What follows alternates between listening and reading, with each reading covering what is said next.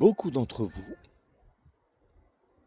me disent qu'ils ont du mal à exprimer leurs sentiments vis-à-vis des autres, et même parfois des très proches, leurs conjointes ou leurs conjoints, leurs enfants, leurs parents, leurs amis, ont du mal à exprimer réellement ce qu'ils ressentent.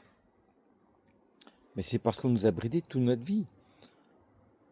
On nous apprend dès le plus jeune âge que le bien-être collectif est plus important que notre bien-être personnel.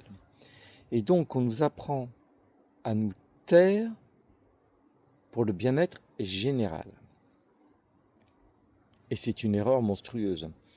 Parce que du coup, on n'est pas bien, mais dites-vous que les autres autour de vous ont exactement le même problème, parce que je vois bien, beaucoup d'entre vous ont vraiment ce souci.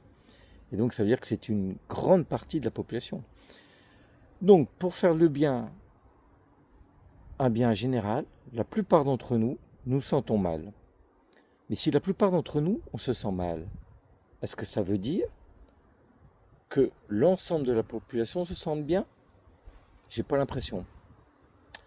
Quand je regarde les informations, quand j'écoute les réseaux sociaux ou que je lis les journaux, j'ai pas l'impression qu'autour de moi, ça sente la bonne humeur, la joie et le plaisir continuel.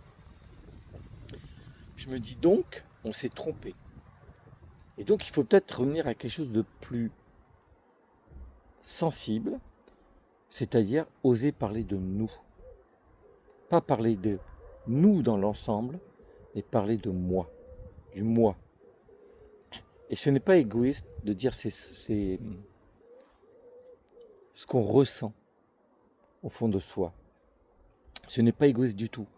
Et c'est même peut-être le plus grand charme qu'on peut avoir vis-à-vis des autres. Quand je m'exprime auprès des autres, je dis souvent, je ressens de l'angoisse à l'idée que ceci, cela. Je ressens de la joie à faire ceci ou cela. Et je vois bien que ça, quand même, ça développe chez l'autre l'envie de parler aussi. Alors essayez peut-être, et vous verrez ce que ça fait. Dites-moi ce que vous en pensez en commentaire, likez si vous aimez, partagez si vous désirez, et belle journée à vous.